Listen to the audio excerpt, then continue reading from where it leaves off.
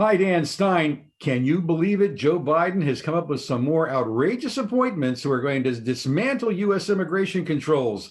Hi, I'm Dan Stein, president of FAIR. Don't forget to hit that subscribe button, mash that button. You get all that great content coming from FAIR. You don't want to miss a single episode.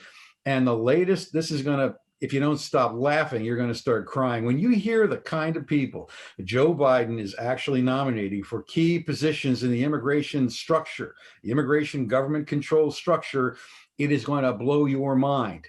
I know a lot of folks remember how a lot of the people on the left got very upset when Donald Trump actually tapped people who had control positions, security or pro-enforcement positions, who came into the Trump administration. They went ape bananas. Okay, so now what are we going to do? Take a look at the people he's nominating now. Joe Biden has come up with a couple of people, one to run Customs Border Enforcement Agency, and the other one to run U.S. Citizenship and Immigration Services, USCIS. And frankly, you're not going to believe their backgrounds. Okay, if you think we got a crisis on the border now, you think people are being accommodated and rammed through the process without any controls, wait till you get a load of the people he's nominated. Joining me right now is the ever reliable and always interesting RJ Hauman, who's FAIR's Director of Government Relations. RJ, welcome. Hey, thanks, Dan. Yeah, we're at the height of a crisis, and all Biden did this week is nominate some high-level officials at immigration agencies that are actually guaranteed to worsen it. On Monday, he nominated a guy by the name of Chris Magnus to lead U.S. Customs and Border Protection, an over 60,000 employee federal agency that doesn't only deal with immigration. You're talking processing goods, all the ports of entry, airports, everything. Going after a guy of a small town of several hundred people who doesn't care about people coming into this country illegally. Just looking at his background, it is absolutely insane. As a police officer, he's often clashed with his unions. He hasn't stood with the police. He has been out there holding signs, the BLM sign, and protesting the very officers that are under him. In a 2017 op-ed in the New York Times, you may remember at this time, former Attorney General Jeff Sessions under Trump was going after sanctuary jurisdictions. Magnus, the CBP nominee, asserted that local policies that provide sanctuary for illegal aliens, including criminals, make the country safer. He seriously said that. So under Biden, this guy's going to play a pivotal role in imposing sanctuary policies nationwide.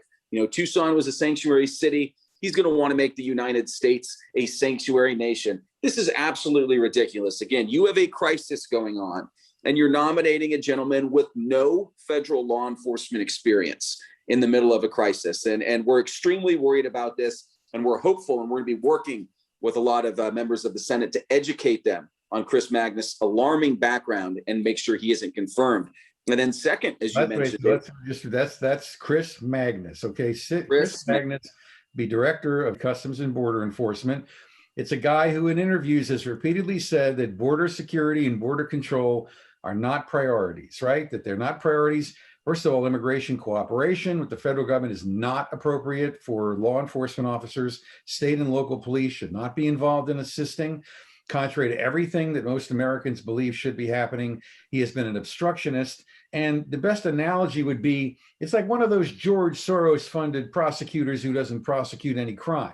This guy is going to be put in place to actually ensure control of borders when he himself does not believe controlling borders is a priority. Is that correct? Yeah. Oh, no, absolutely, Dan. And speaking of, state and local cooperation, there was an example. And again, this is in the news. And we'll be educating you, the general public, and lawmakers on Capitol Hill about this. But there's an example of where he actually prevented cooperation between Border Patrol and his own law enforcement regarding a criminal. So again, he's not going to cooperate with state and local officials. It's going to make the nation less safe. And also, you got to think of the morale for the boots on the ground. I don't think the morale has ever been worse for Border Patrol officers who are now no longer law enforcement down at the border. All they do is simply process people coming into the country illegally. It's just going to exacerbate the crisis, make everything worse. Citizenship and Immigration Services was created when, after 9/11, they decided to break up the old Immigration and Naturalization Service. And so they created kind of a separate service agency called USCIS. They're the ones who approve the applications coming through, or the ones that are approved for labor cert by the State Department, whatever. They actually do the processing. all the adjustment of status requests. And the big problem at USCIS is that if you have the wrong people running the agency, it turns into a rubber stamp. Basically, fraudulent applications get raced through in the quest to get to yes, as we saw with Mayorkas previously. When you have a corrupting influence taking over the agency, they rubber stamp everybody through, and there are no proper controls. So apparently Biden has nominated somebody coming out of the repugnant, bigoted organization America's Voice, people who do not believe in effective controls and hate this country. And what do we know about Jaddou? Jaddou is a mass immigration amnesty advocate who's, like you said, she's going to try to bend or completely ignore a lot of rules and laws that are designed to exclude people who don't qualify for immigration benefits. Like you said, everything is going to be rubber stamped, and that's going to completely, really undermine the agency's mission. President Trump and Lee Francis Cisna under him really changed the objective of USCIS. They said they want to focus on fairness, lawfulness, efficiency, protecting American workers and safeguarding the homeland. She's going to do the opposite. Again, if you look at her background in the early 2000s, again, she's a competent immigration lawyer, but competent doesn't mean doing the right thing. She worked for Zoe Lofgren in the House, who's as bad as an immigration lawmaker as there is, only cares about tech companies, giving them access to cheap foreign labor and amnesty. Then she actually worked as chief counsel to current DHS Secretary Alejandro Mayorkas when he was head of USCIS. So you could even call her an amnesty architect. And then she went on to work for America's Voice, the Frank Sherry Amnesty Organization that we obviously clash with, is they don't care about the rule of law at all. And what she did actually, at America's Voice, is she operated this arm of theirs of sorts called DHS Watch. So she cranked out a ton of content and critiques on Trump administration immigration policy. And one interesting thing I really want to point out that she was blasting is all of President Trump's restrictions on travel and immigration into the country due to COVID-19. She even blasted Title 42, which the Trump administration invoked to make sure that they can quickly expel anybody coming in through our country illegally, to address public health. Make sure if anybody came from a country where the pandemic is raging, they cannot come here.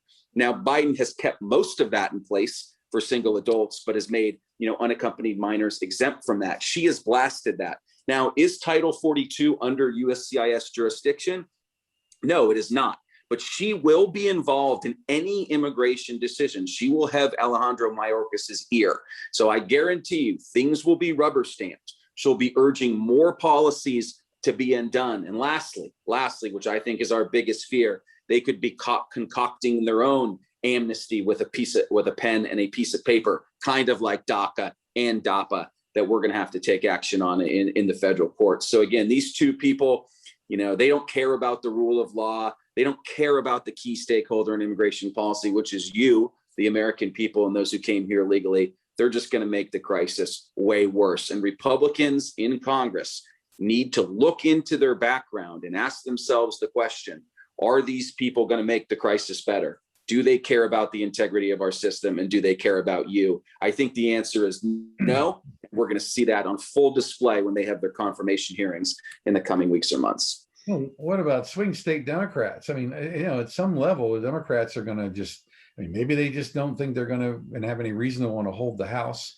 maybe not the Senate, but the polling is showing that the Biden administration is sinking like a stone over its failure to properly control borders.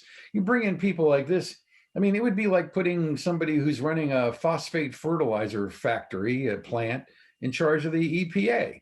I mean, these are, you appoint these people who are philosophically opposed to the very role and purpose of these agencies. I mean, what kind of results do you expect? Biden, who campaigned and claimed that he was going to be Mr. Centrist and a unifier, is picking incredibly polarizing picks. People who have a strong track record. I mean, when this Jaddou goes through confirmation hearings, there's going to be a massive track record of her snarky kind of near attendant kind of, social media and, DHS watchdog copy for them to look at and say, you're appointing people philosophically who are simply not appropriate for the positions of public trust. I know Romney will probably vote to confirm them and all that nonsense, but, somewhere along the line, Republicans have to draw the line, don't you think, RJ? Yeah, no, and I wouldn't even say that Romney's going to go along with this. He's been better on our issue in recent months. But I mean, again, I think the crisis absolutely changes things. the fact that they're putting up people again who are going to undermine the system and don't really believe in the rule of law as a crisis rages is ridiculous. And yeah, there are some Republican senators that just, they think most people should be confirmed so the government can operate. They don't really analyze them individually, but I think things are going to change. Trump on the Democrat side. Right. I know it's going to be interesting. Listen, and we'll be fighting the battle on Capitol Hill too. Okay. Making sure that a lot of these, lawmakers and their staff understand, okay, what their vote means and how wild these people are. And Dan, I can't even wait to see who they're going to nominate on ICE. I'm sure it'll be some abolish ICE people will be in charge of running, our nation's most important immigration enforcement agency. But again, the general public really needs to know that this administration does not care about addressing the crisis. The crisis being addressed in their eyes will simply be people getting processed faster. These crisis numbers will become the new normal, and there just simply won't be foil space blankets laying on the ground at places. People will simply come in here, make their frivolous asylum claim, get released into the interior of the country, and never be heard from again. This is the new normal. This is what they want. And these people will make this look peachy.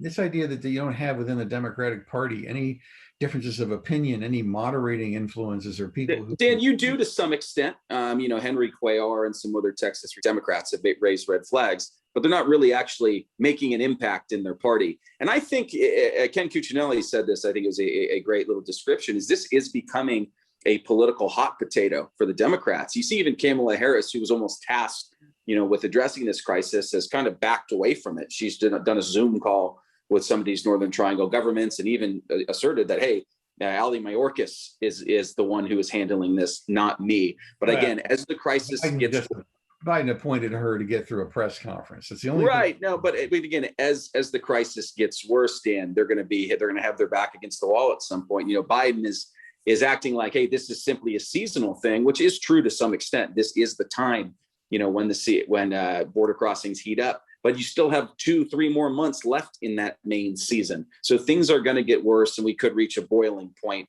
where the administration knows that they need to act. And one thing I think it's important to keep in mind is this isn't something that's demanding congressional action. Okay, could Congress act and solve this? Yes. Will they? No. Democrats control both chambers. But the American people need to realize that this crisis simply started because Biden immediately revoked policies that were working, that were keeping our borders secure. All he has to do is simply reinstate those. Okay, enforce the law. Don't create these massive new loopholes and process everybody coming in. Okay, he can end the crisis if he wants to. Now, Psaki has responded to reporters' questions by saying, well, it's not really a crisis. We just have to keep expanding the facilities to let more of these young people in without limit. Mm-hmm. At the same time, they claim they've negotiated agreements with this Northern Triangle in Mexico to deploy armed forces to break up these cartels and deploy U.S. Border Patrol agents to the border with Guatemala, of all things. They seem to be talking out of both sides of their mouths. They're relying on other countries to do their political dirty work and try to prevent caravans from coming up, but at the same time, they refuse to take the steps at the border needed to change the policies to stop the smugglers from abusing our system. Yeah, it's all for show, Dan. I mean, we'll obviously, give them the benefit of the doubt for at least a week or two and see if these agreements actually, take shape. But again, at first, it's like, they're reinstating of sorts an agreement or a policy that they blasted Trump for doing. I think they're quickly starting to realize that, hey, a lot of these things in place, they did work. But again, I don't think there's any seriousness to these agreements or anything. They are talking out of both sides of their mouth. It is a crisis, but in their eyes, it isn't. This is just a way to solidify, political control of the country. They want more people flowing in indebted to them, and they just want to make it look pretty. So again, that's our biggest fear here is if, especially this is one thing we've been telling Republicans on Capitol Hill, this is a humanitarian crisis, sure, but the most inhumane part of it, okay, is that trek up here. And if you really want to be humane and address the crisis, prevent them from making that trek. Don't just make it pretty at the very last step when they get here. You got to stop the flow of people coming up here. That's when it's addressed. If you let Democrats act like all we need to do is process people quickly and give them nice places to stay, we're going to be in for a very rude awakening because this will become the new normal. Last question. Any chance of derailing these nominees? There could be. I mean, obviously, as you mentioned, Neera Tanden's name earlier, who was nominated for a senior position. A lot of stuff came out on her, and as FAIR's membership needs to know, and everybody here watching, we will be digging very hard for more information on these people. I mean, what they've done at a very high level is, again, very insane, and they are unfit to lead at a critical time. But if there's anything else out there, we're going to find it. And we know, some Republican lawmakers in the Senate are digging around as well. And they're going to go through a very grueling confirmation hearing. And the American people should pay attention.